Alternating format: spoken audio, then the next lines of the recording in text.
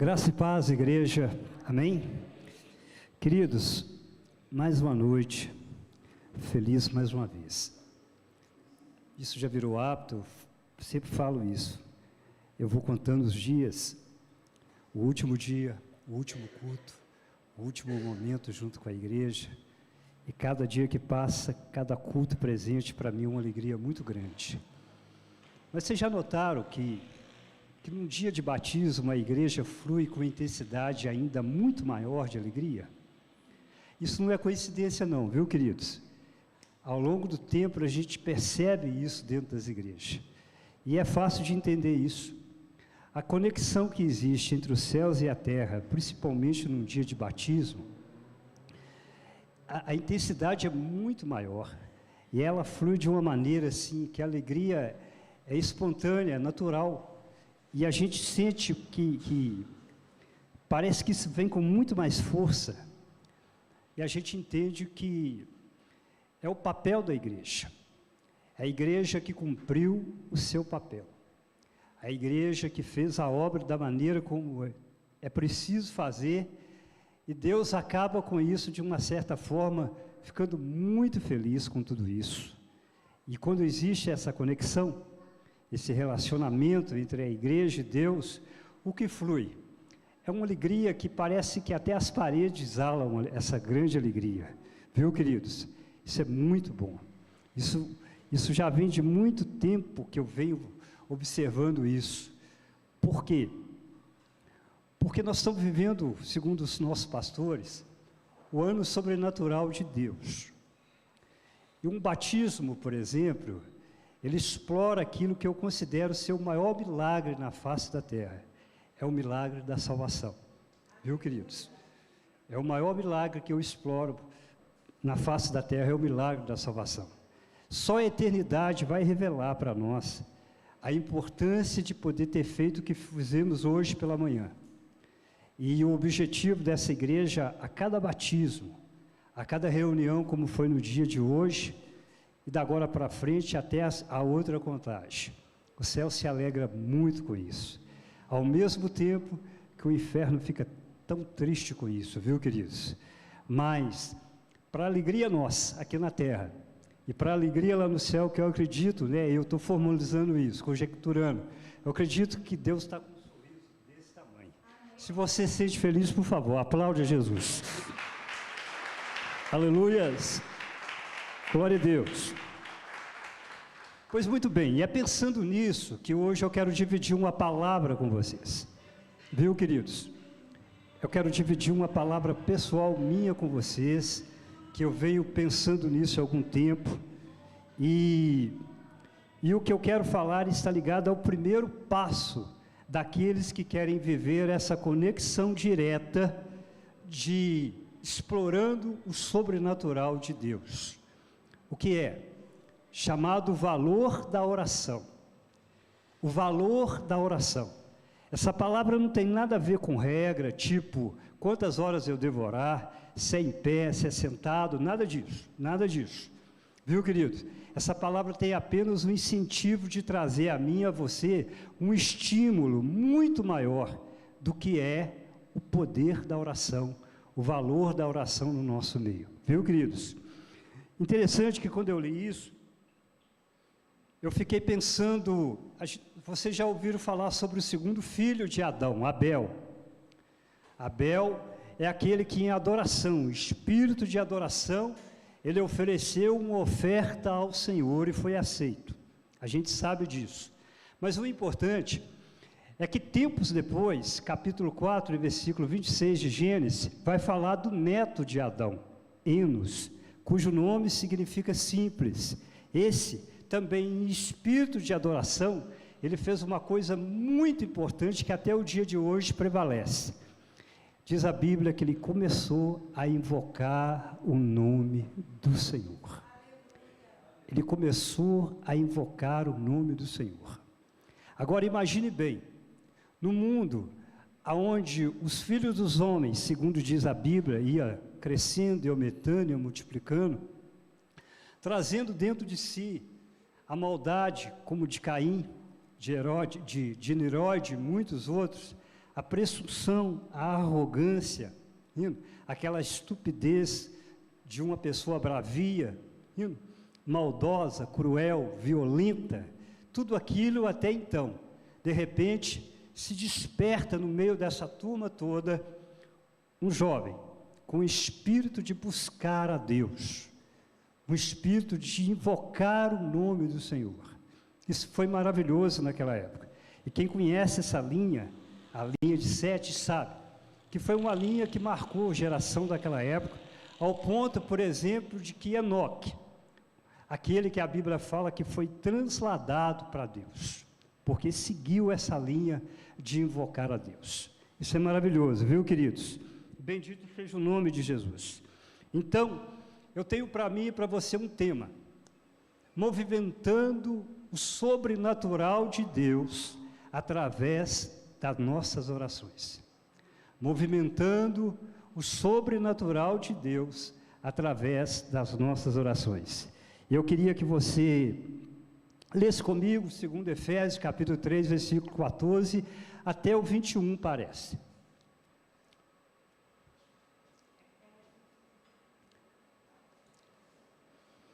Efésios, a altura do capítulo 3, versículo 14 até o 21, vai dizer assim: por essa razão, ajoelho-me diante do Pai,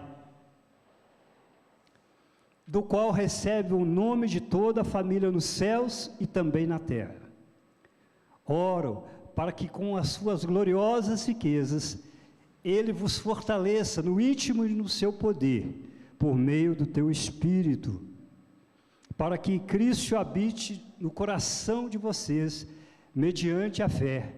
Eu oro para que, estando arraigado e alicerçados em amor, vocês possam, juntamente com todos os santos, compreender qual seja a largura, o comprimento, a altura e a profundidade, e conhecer o amor de Cristo, que excede todo entendimento, para que vocês sejam cheios de toda a plenitude de Deus.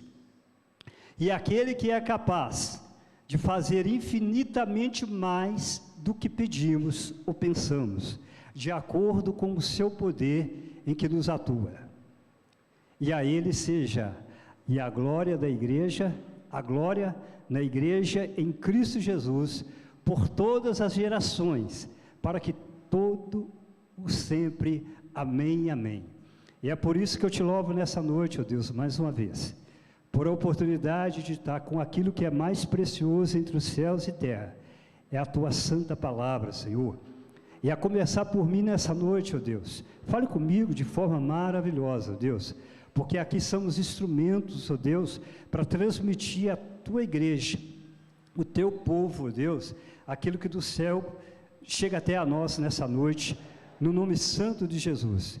E não permita, Senhor, que nada venha atrapalhar aquilo que o Senhor já determinou nessa noite. Mas tudo aquilo, segundo a tua vontade, seja feito, Senhor. E permita que nós diminuamos cada vez mais e que o seu nome brilhe para cada vez mais, porque a ti, conforme lemos, merece toda a honra, toda a glória e todo o louvor. Você pode dizer amém, amém, queridos? Glória a Deus. Bendito seja o nome de Jesus.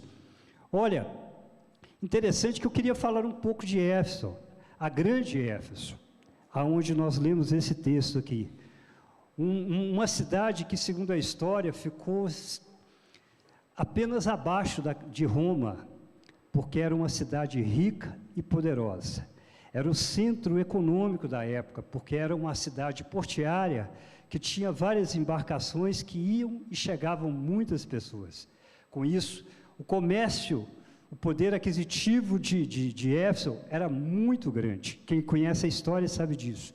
Muito grande. Isso despertava muitas pessoas, turistas, o mercado, essas coisas que nós conhecemos. E também ali existia o centro religioso da época, o templo de Ártemis para os gregos e também Diana para os romanos.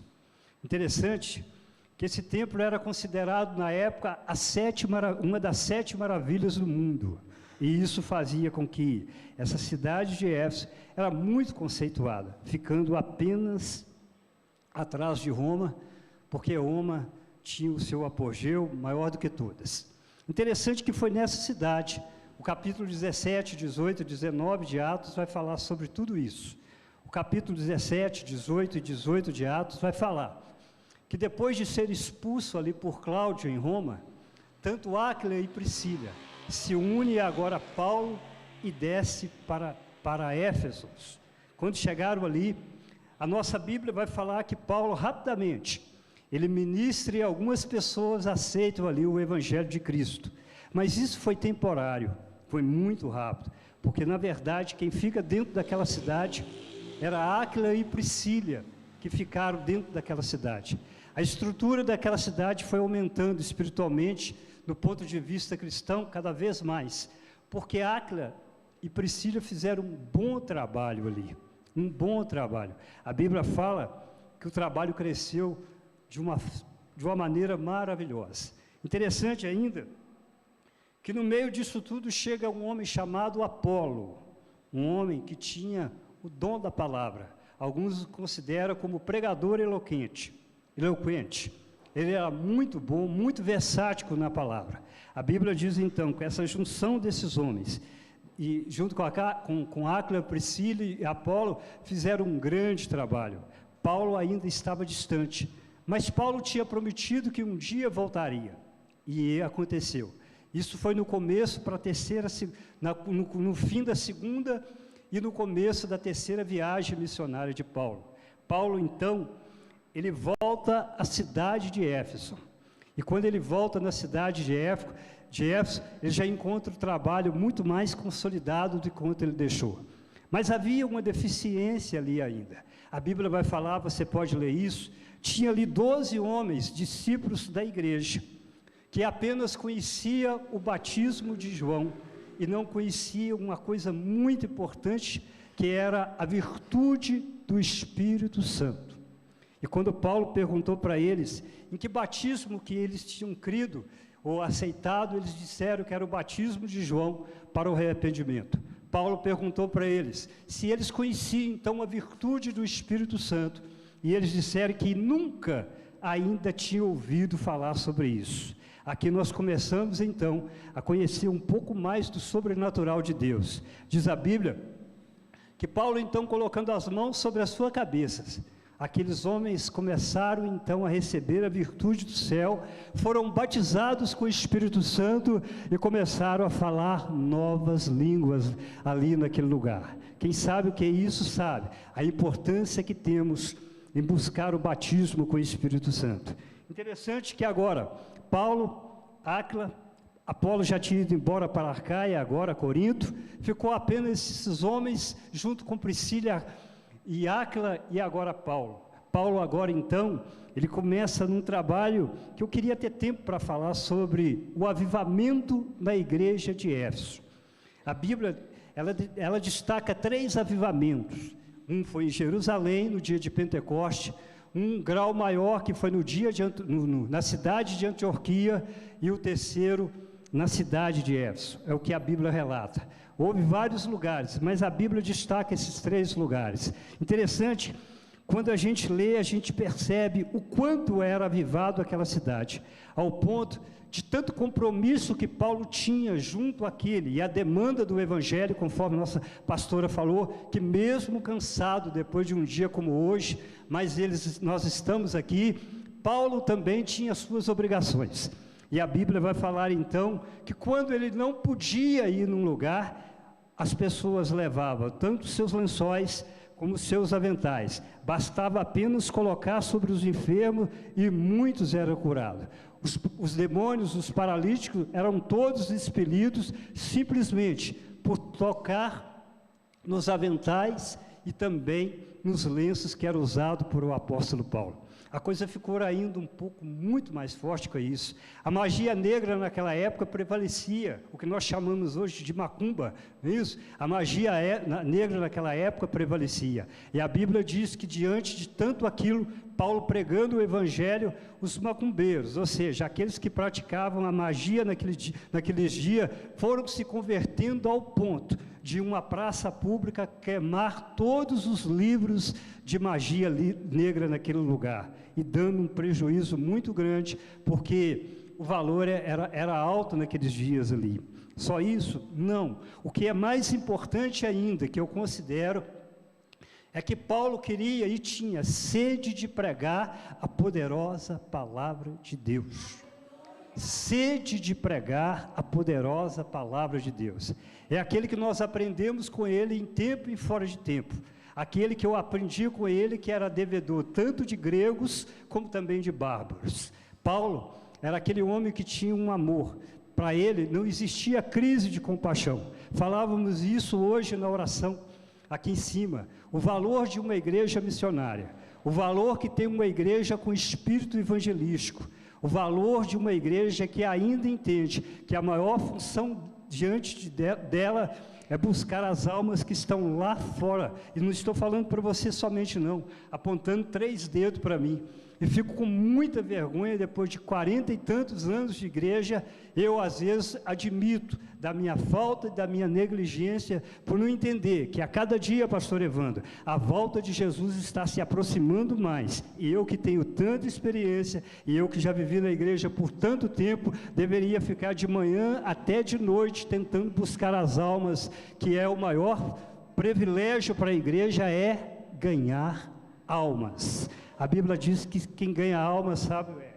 Paulo, então, ele funda uma escola para que possa, então, ensinar a poderosa palavra de Deus. Chamamos isso a escola de Tirano. Por quê? Tirano era um personagem, pode ser o pai, pode ser o filho, uma celebridade que existia naquela época, que fazia alguns eventos ligados ao teatro. Só o teatro de Éfeso cabia mais de 25 mil pessoas. Talvez aquela escola preparava simplesmente aquelas pessoas para isso. Mas Paulo, segundo a história diz que de meio-dia até as 4 horas da tarde era para Paulo pregar o Evangelho. Paulo pregava o Evangelho na escola de Tirano, de meio-dia até 4 horas da tarde. E o resultado era muitos judeus, muitas pessoas estavam convertendo ao Senhor. Isso era um grande avivamento que foram abalando os alicerces daquela época religiosa, ao ponto de um homem chamado Demétrios, por exemplo, não resistir e querer confrontar Paulo direto e dizer que Paulo estava perturbando aquela cidade, e Diana, a grande Diana, a poderosa Diana dos romanos, e também Artemis de Éfeso estava sendo prejudicada. O trabalho deles, o ofício deles, a profissão deles estavam sendo prejudicada, porque Paulo pregava o Evangelho e as pessoas convertiam. Isso eu chamo de avivamento, querido. Isso para mim é avivamento. Quando entendemos isso, a gente começa a conectar uma posição maior de entender o que é o sobrenatural de Deus, quando podemos, pastora, fazer muito mais ainda do que estamos fazendo. Quando a gente começa a colocar no lugar de Paulo e entender por que eu estou numa igreja como essa, por que eu fui chamado para estar numa igreja como essa, por que você está sentado num banco como esse, pertence a uma igreja bonita, maravilhosa como essa, e entender que o mesmo avivamento que aconteceu na cidade de Éfeso pode acontecer aqui também conosco, em nome de Jesus. Você crê nisso? Pode dar glória a Deus em nome de Jesus? Bendito seja o nome. Aleluias. Interessante, queridos, eu tenho que anotar, né? Já foi a época que eu gravava tudo na cabeça. Interessante, queridos, que Paulo então fica 3 anos nessa cidade. Paulo fica 3 anos nessa cidade, mas é hora de ir embora. Ele tinha um espírito evangelístico, não parava em lugar algum. Tinha muitos lugares para ele pregar a palavra. E diz a Bíblia então que indo para outros lugares, até que então, finalizando, Paulo acaba sendo preso em Roma. E preso em Roma, então, ele escreve essa carta a Éfeso, que nós acabamos de ler ali. Em Roma, Paulo escreve 4 cartas, chamado as cartas do cativeiro, a carta da prisão. Ele escreve a carta de Éfeso, a carta de Filipenses, a carta de Colossenses e a carta de Filemão. É as cartas da prisão. Ou seja, tudo isso, meu querido, tudo isso Paulo tinha no coração, Quando Paulo não podia ir, pastor Benedito, ele escrevia. Quando ele não podia escrever, ele orava. Paulo nunca deixava a igreja órfã. Paulo, quando não podia ir, ele escrevia. Quando ele não podia escrever, ele então orava. Ele nunca deixava uma igreja órfã. Isso fala muito comigo. Interessante, querido, por essa razão eu me coloco de joelho. E quando eu pensei nisso, eu pensei nas pessoas que trilharam o caminho de Enos, que até o dia de hoje também nós estamos na mesma caminhada. E foi pensando nele que eu lembrei de Moisés, o grande Moisés, à altura do capítulo 17 do livro de Êxodo. Todos conhecem a história, quando de repente os amalequitas resolvem defrontar com Israel naqueles dias ali no deserto. A Bíblia disse que os amalequitas então não quiseram deixar passar Israel ali naquele caminho, e agora em luta com Israel, a Bíblia diz então que Moisés, o grande líder Moisés, chama Josué e diz assim: olha Josué, vai para a batalha, vai para a guerra, e eu, Arão e Hu vamos subir para as colinas. Você vai para a batalha, eu, Arão e Hu vamos subir para colinas. Quem conhece isso fica maravilhado, meu querido. Quando a Bíblia diz o seguinte: quando Moisés levantava as mãos e orava a Deus, o povo ganhava. Mas quando as mãos de Moisés abaixava, o povo perdia. Quando as mãos de Moisés levantava, o povo ganhava a guerra. Mas quando as mãos de Moisés abaixava, o povo perdia. Olha o que é o poder da oração. É isso que eu quero falar para você. E esse mesmo poder que tem Moisés naquele dia, Deus nos outorgou através do teu Santo Espírito, querido. Acredita nisso, viu, querido? Acredita nisso. Eu trago uma mensagem para mim e para você. Eu não brinco de pregar, nunca brinquei de pregar. O que o Espírito colocou no meu coração nessa noite é para te dizer que a mesma virtude que imperava na vida de Moisés, é claro, com algumas diferenças por causa de buscar. Quem busca recebe, né? Quem bate a porta abre. Não é isso que diz? Depende muito do nosso posicionamento de buscar, mas a mesma virtude o Espírito concede a essa igreja, a mim e para você. Dê uma olhada nas tuas mãos agora em nome de Jesus. A Bíblia fala então que naquele momento, quando as mãos estavam abaixadas ali, o povo perdia. Foi então que nessa hora, porque ninguém faz nada sozinho. Igreja que pensa que o pastor faz sozinho, que o pregador faz sozinho, que o cantor faz sozinho, que alguém faz sozinho, ele quebra a cara. Não é assim. Por isso existe o que eu chamo de unidade e união. Duas palavras muito bonitas dentro da igreja. Unidade e união. Um dependendo do outro. Eu dependo de cada um dos irmãos, os irmãos dependem de mim. Por quê? Porque um vai consolidando o outro, um vai completando o outro, assim como pastora completa, ligado ao irmão Evandro, pastor Evandro também completa, ligado à irmã Sinara, e assim é toda a igreja, porque a igreja é o corpo de Cristo, não é dividido, porque fio dividido não parte energia, querido. A igreja não pode ser dividida. Jesus disse que até o inferno se dividir, ele não prevalece, quanto mais a igreja. Essas coisas precisam chegar para a gente com mais intensidade. Eu preciso estar mais próximo, eu preciso estar mais ligado, eu preciso estar mais junto com meus irmãos, porque eu não sou mais apenas um, eu faço parte de um corpo, que juntos a gente é mais forte em nome de Jesus, viu, queridos? Foi nessa hora que aparece então Arão de um lado e Ur do outro, companheiros de oração.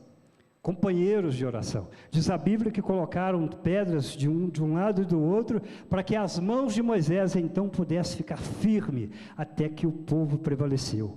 Glória seja dada o nome de Jesus. Mas ficou só nisso? Não.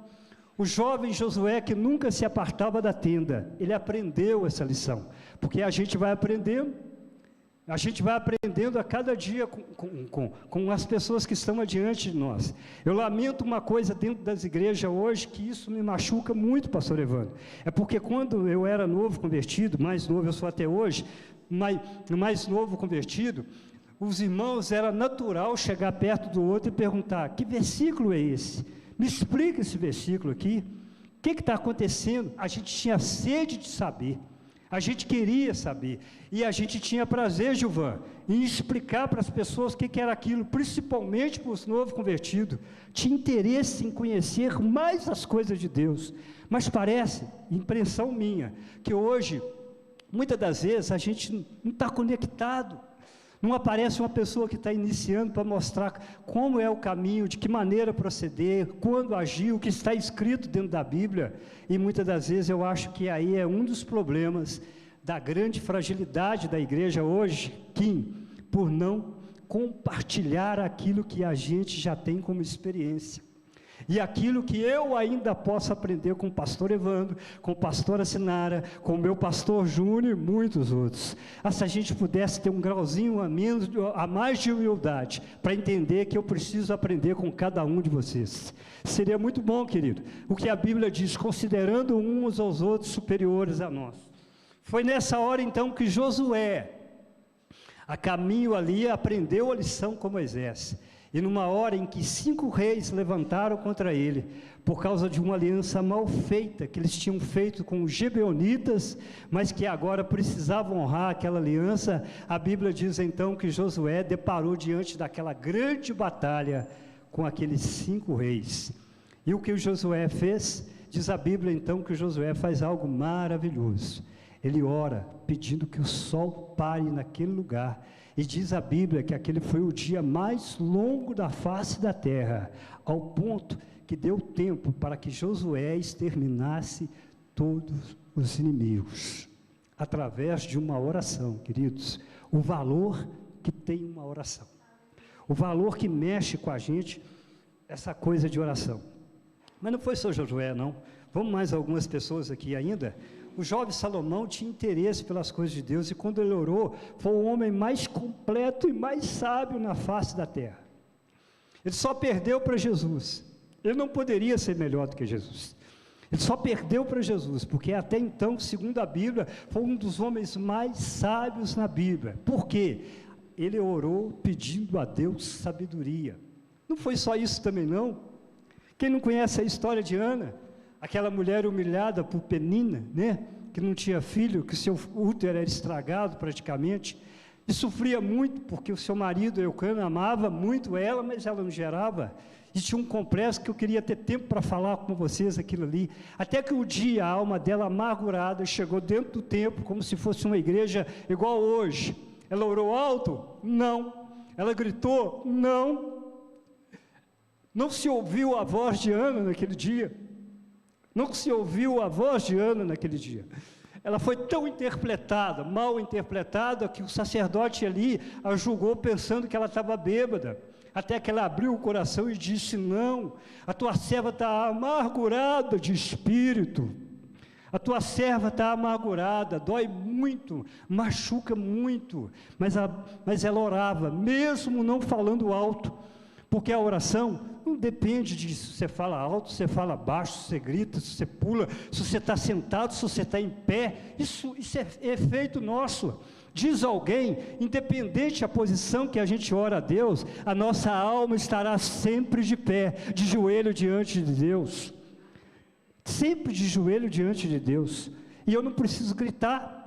Conforme eu já gritei muito em algumas igrejas, achava que era dar tapa no banco e ia trazer o poder, e não é nada disso, meu querido, não era nada disso. Eu posso dar tapa, eu posso pular, eu posso fazer alto, mas também eu não preciso nem sequer mexer a minha boca. Deixa eu te contar uma coisa que talvez pode te aborrecer um pouco. A gente só ora para externar para a gente mesmo, porque Deus não precisa nem de saber a nossa fala, não. A oração é para a gente externar o nosso pedido diante de Deus, porque antes mesmo que a palavra chega na nossa boca, Ele já sabe o que nós estamos pedindo. Mas por que oramos? Para externar, para que o amanhã alguém ouve, conforme existem tantas orações na Bíblia, e você mesmo lembra: um dia eu orei assim, assim, assim, assim. Um dia eu orei assim, assim, assim, assim, porque para Deus nem precisa nem abrir a boca, Ele já sabe o que está no nosso coração, o que a gente vai falar diante dele. Interessante que essa mulher, então, ela só mexia com os lábios, mas foi o suficiente para o céu abrir e Deus ouvir a sua voz naquele dia, viu, querido? Foi tão maravilhoso que Elia profetizou para ela dizendo a respeito do filho. Eu imagino Ana voltando agora depois do culto. Eu imagino Ana voltando agora depois do culto.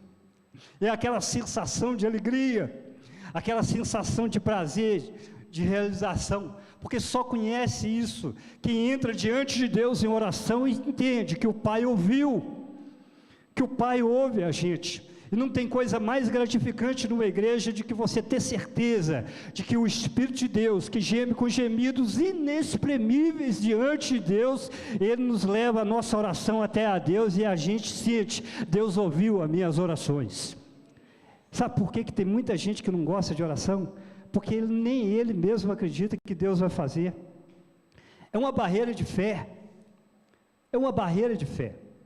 Mas quando o Espírito coloca dentro da gente uma certeza de fé, a gente tem certeza e vontade de continuar orando ao Senhor e clamando ao Senhor, viu, queridos? Tem mais gente aqui ainda.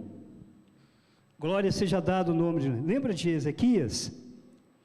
Ezequias foi aquele homem rei, né, que tinha tudo ao lado, servos, empregado, dinheiro, casa, palácio.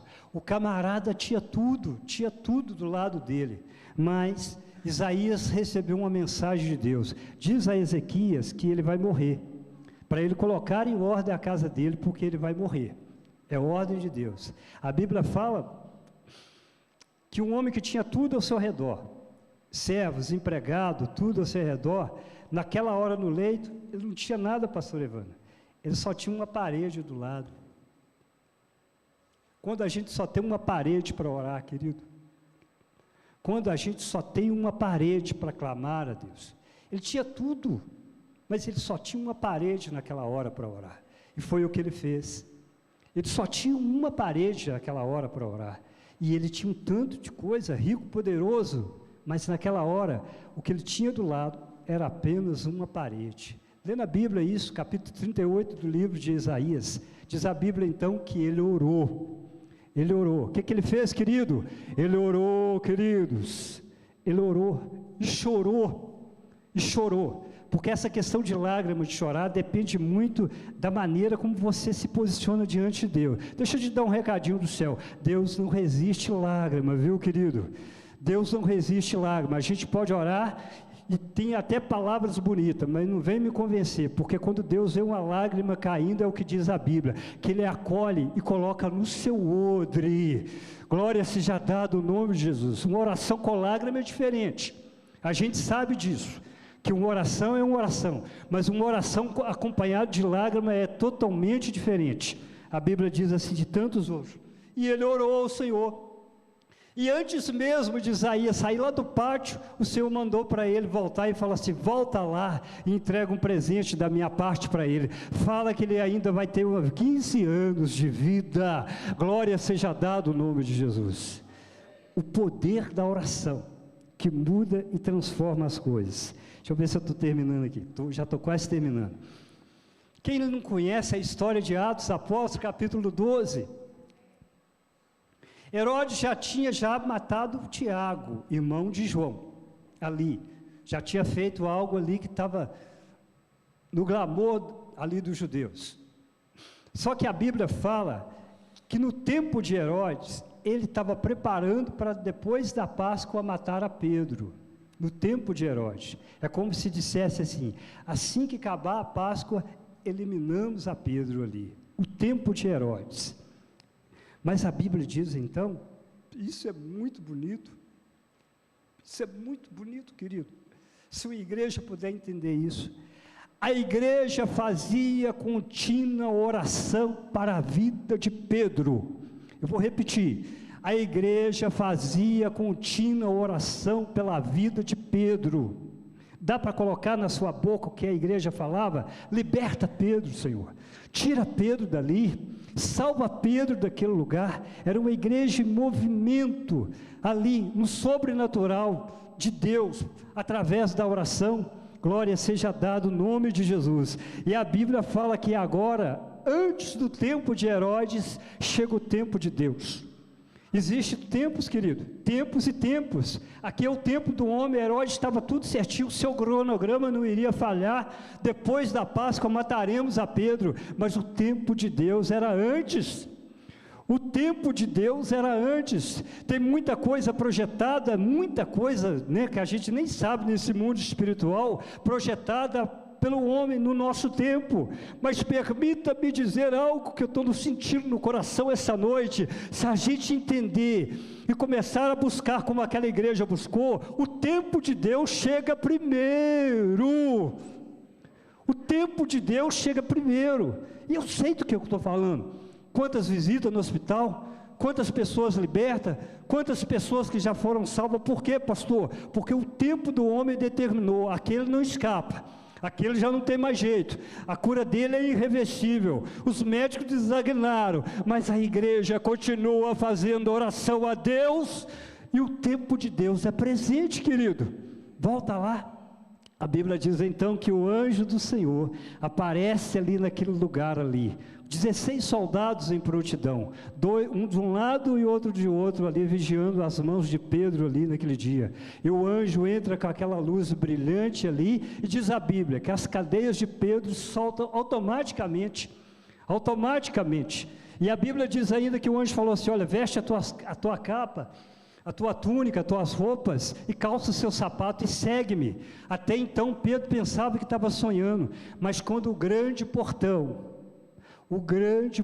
abriu, e Pedro se viu do lado de fora, ele entendeu, é verdade, eu estou livre, sabe o que faz isso, querido? O milagre da oração, a oração. E se eu te falar que nessa hora tem tanto Pedro aí agora, você tem coragem de fazer o que a igreja fazia? Será que não tem um Pedro na tua família? Será que não tem um Pedro na tua casa? Será que não tem um Pedro na sua empresa? Não tem. Será que não tem um encarcerado agora, dependendo da tua oração e da minha oração? Será que se agora a gente fizer um clamor, igual nós fizemos há alguns minutos aí atrás, não é possível que uma noite dessa, por exemplo, aquele revólver que está na cabeça de alguém, masca? O médico fala assim, não entendi, porque era para ele morrer, mas ele está vivo. Eu não entendi, estava tudo complicado, os boletos, a situação dele, estava tudo complicado, ele não conseguia serviço em lugar nenhum, mas agora as portas estão abertas para ele. Por quê? Me pergunta por quê? Porque a igreja está orando em nome de Jesus. A igreja precisa aprender isso, querido. A igreja precisa despertar para isso, quando oramos ao Senhor. E aí a Bíblia vai falar que Pedro sai automaticamente e vai até lá na casa de Rod, né? Tem muitos irmãos que, fala meu tempo, gente, tem muitos irmãos que nem estavam orando, mas nem estavam acreditando, tem isso também, viu, querido? Ora, mas não acredita, até que então Pedro bateu na porta, uma menina veio e falou, Pedro está aí fora. Você está brincando, é bobagem, é ilusão da sua cabeça. Pedro está aí fora. Tem gente que ora, mas não acredita que Deus pode fazer. Mas Pedro está aí fora, querido, só depende de nós. Até que ela abriu a porta e entrou ali para a glória de Deus. O que diz o Salmo 50 e o versículo 15? Invoca-me no dia da angústia, e eu te livrarei, e vocês vão me glorificar. É o que diz a Bíblia. Vamos dar mais uma corridinha? Bendito seja o nome de Jesus. Olha, Eliseu passava sempre em Sunem, e era preciso passar ali, mas uma mulher viu uma santidade diferenciada na vida de Eliseu, aquela santidade que não é eu que mostro, porque a minha saia é grande, né? A saia das mulheres é grande, ou estou em colarinho abotoado até aqui, eu uso paletó e gravata, nada disso. Não é aquela santidade expositiva que a gente mesmo promove ela, não. É aquela santidade que vem de dentro para fora, não é de fora para dentro. Não é aquilo que eu aparento ser, porque tem a cara muito fechada, aquele irmão é o salgadão, nada disso. Nunca foi reflexo de santidade. Santidade não está ligado nisso. Muito ligado à inteireza de coração, que a gente tem por dentro, muito por dentro. Não é pela roupa, não sou contra a roupa, viu, querido? Nada disso. Mas não é pela roupa. Não é por muita coisa que muitas igrejas, até no dia de hoje, tentam impor, como se fosse santidade. Essa não é a verdadeira santidade. Ao ponto daquela mulher dizer assim: vejo que esse que passa por nós aqui é um santo homem de Deus. É ela que viu. Ele não precisou mostrar nada. É ela que viu. Quando alguém descobre uma santidade na gente, não tem coisa mais gostosa. Aquilo ali é diferente. O jeito dele falar é diferente. O jeito dele tratar é diferente. O jeito dele comportar é diferente.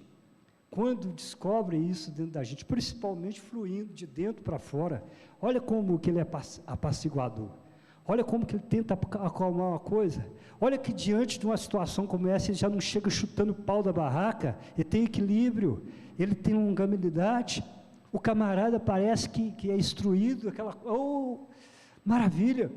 Quando a gente tem essa posição, querido, quando a gente consegue essa posição, a Bíblia diz então que ela pegou e resolveu fazer um quartinho para ele, colocar alguns objetos lá para ele ficar tranquilo, e em forma de gratidão, porque é coisa que eu gosto de falar, a gratidão é a memória do coração, quando a gente aprende a ser grato por aquilo que as pessoas fazem pela gente, independente do que for, um copo d'água, uma oportunidade, ou empurrar o carro, não importa, quando a gente sabe ser grato, é maravilhoso ser grato, agradecido, ter palavras assim, de gratidão na boca da gente. Muito obrigado, eu te agradeço. Essas coisas é perfeita, vem de Deus. Essa coisa sensibiliza qualquer outra pessoa, Nino, tranquiliza qualquer outra pessoa. É bem diferente de pau com pau, pedra com pedra, ferro com ferro. Nino, quando a gente é meigo diante de Deus para tirar aquela grosseria das pessoas, a Bíblia diz que ele foi grato. O que eu posso fazer por ela então? Olha, ela já tinha tudo, ela era rica, ela estava no país dela, não precisava de mais nada, até que Geazi interpretou e falou assim: olha, o marido dela é velho e ela não tem filho, então é aí, chama ela de volta, olha, no tempo determinado, você vai ter um filho. Não brinca com a tua serva, não faz isso com a tua serva, no tempo determinado você vai ter um filho. O filho veio, segundo a palavra, Nino, que os planos de Deus jamais serão frustrados. Diz a Bíblia que aquele menino cresceu, e quando cresceu ele foi ajudar o seu pai lá no celeiro, e quando naquele dia ele passou mal, parece que em insolação, ele volta correndo a pedido do pai, até os braços da mãe, que nos seus joelhos, diz a Bíblia, que quando foi meio-dia ele já era morto. Eu repeti, meio-dia ele já era morto, aquele menino. Aquela mulher tem uma coisa que ela mexe comigo e mexe com muita gente. Ela não foi apavorada, ela não foi escandalosa, ela não saiu arrancando os cabelos da cabeça. Por quê? Porque ela sabia e cria, ela simplesmente precisava ir até o homem de Deus. Ela precisava, ela tinha convicção de chegar até o homem de Deus. Aqui é uma tipologia da nossa fé, invocando a Deus, quando não tem recurso para lá, quando não tem recurso para cá, quando não tem recurso para a direita, quando não tem recurso para frente. O que a igreja tem que fazer, que eu tenho que fazer? Buscar refúgio do alto. Glória seja dado o nome de Jesus. Aquela mulher tinha isso antes de arrancar o cabelo da cabeça, mas a Bíblia disse que ela pediu ali uma montaria, e de repente o seu marido perguntou para ela, ela falou assim: vai tudo bem, está tudo bem. O menino estava morto lá, só que quando ela encontra com Geazi, o servo de Eliseu, Geazi pergunta assim: seu marido está bem? Vai bem. Você está bem? Vai bem. Sua casa está bem? Vai bem. Olha a diferença, com o marido ela diz: tudo vai bem. Já com o servo Geazi, ela falou: vai bem, vai diminuindo a quantidade de palavra, porque à medida da intensidade de sofrimento, a gente vai desfalecendo. À medida que a pancada vai chegando, você vai se arriando. Ela começou bem, pastor Benedito, tudo vai bem, mas quando foi com o servo Geazi, ela só falou assim: vai bem, porque à medida que as coisas vão andando, a reflexão vem: meu filho está morto, eu preciso encontrar o homem de Deus, e agora eu não pedi filho, e essas coisas estão acontecendo.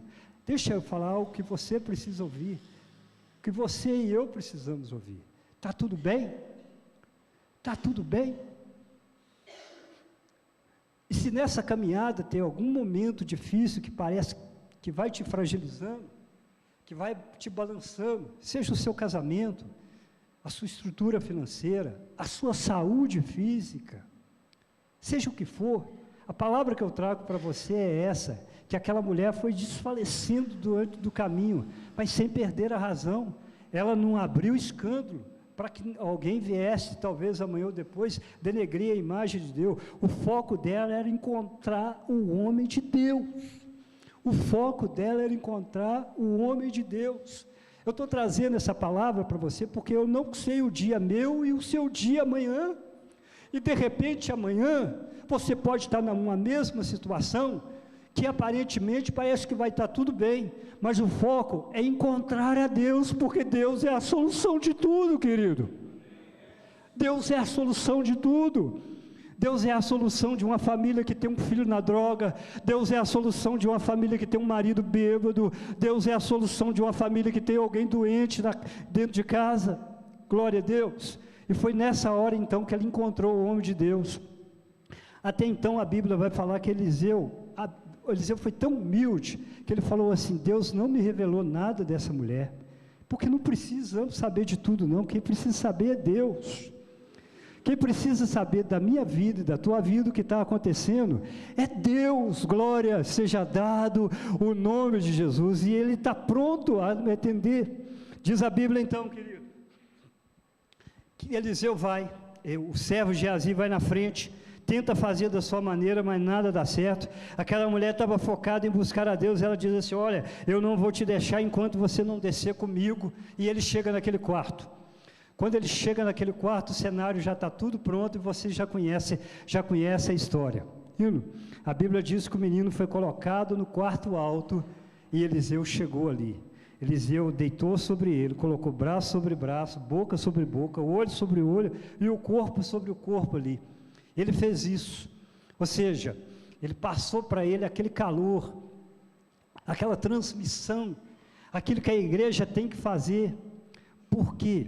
Quando a gente ora nesse mesmo sentido que Eliseu orou naquele dia, é como se a gente estivesse no lugar da pessoa. O que chama isso? Chama empatia. É quando a gente coloca no lugar da outra pessoa. Quando a gente ora, mas não está nem aí, igual aquela música, eu não estou nem aí, é uma coisa. Mas quando a gente ora pensando que não, poderia ser eu que estivesse naquele lugar. É o meu filho que uma hora dessa está lá, na droga. É o meu marido que está bêbado. É a minha mulher que está doente no hospital. É fulano. É aquele pai que está desempregado.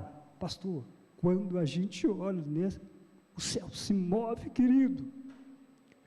O céu se move.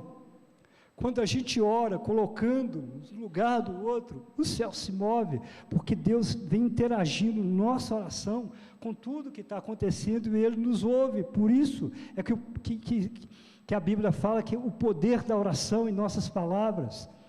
Diz a Bíblia então, que depois de ter feito isso, ele andou na casa, fez mais uma vez, e de repente, o menino dá lá 7 espirros, que é chamado a plenitude do poder de Deus, completa. Eu não tenho mais tempo para falar sobre a plenitude do poder de Deus, por completo, 7 espirros ali, que significa a totalidade do poder de Deus. O menino reage, ele pega, desce e entrega a sua mãe de novo, tudo por causa de uma oração. E para fechar agora, quem conhece o capítulo 9, de 36 assim, até o 38 do livro de Atos. Pedro tinha acabado de dar saúde a Enéas, um homem que estava ali há 8 anos acamados, e ele estava em Lídia. Só que na cidade de Jope, um pouquinho mais na frente, a 16 quilômetros, morria uma discípula de Jesus, chamada Dorcas, ou então Tabita, costureira, que a Bíblia fala que dava esmola, fazia muita caridade ali com aquele povo. Morreu ali. Quando ela morreu, as viúvas daquele lugar começaram a prantear, e logo eles fizeram uma coisa inédita. A lógica era morrer e enterrar. Essa é a lógica. Morrer e enterrar. Morrer e enterrar.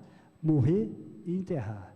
Mas, pastor Evandro, elas levaram ela para o quarto alto. Elas levaram o corpo de Dorcas o quarto alto. E falaram assim: corre até a cidade de Lídia e chama Pedro apressadamente para que ele possa vir. Corre até a cidade de Lídia e chama Pedro para que ele possa vir. Ela já estava morta. E ao invés de enterrar, eles levaram ela lá para o quarto alto e esperaram o homem de Deus, Pedro, chegar naquele dia. A última palavra, quando a gente espera o milagre de Deus acontecer, querido, quando a gente espera o milagre de Deus acontecer, não adianta estar numa igreja e não esperar o milagre de Deus acontecer. O milagre existe, querido, mas temos que esperar ele. Assim como aquela mulher poderia ter enterrado ela ali, mas eles resolveram esperar o milagre de Deus. Elas resolveram esperar o milagre de Deus acontecer. E mostrava as roupas que ela fazia, tudo que ela fazia, e dava tempo até que Pedro chegou, Lucas. E quando Pedro chegou, ele disse: olha, pode sair todo mundo. E ele fez o que a gente sabe fazer. O que a gente sabe fazer? Orar a Deus. Orar a Deus, querido. Pedro não fez ritual de macumba, nem nada disso não, isso é coisa lá. Ele simplesmente fez isso que eu e você sabem fazer. A nossa oração em nome de Jesus. Vou repetir, ele fez isso que eu e você saibamos fazer, a oração em nome de Jesus. E de repente, quando ele acabou de orar, o que acontece? Talita colocou de pé. Vamos colocar de pé, não dá mais tempo. É isso que eu vim trazer para você.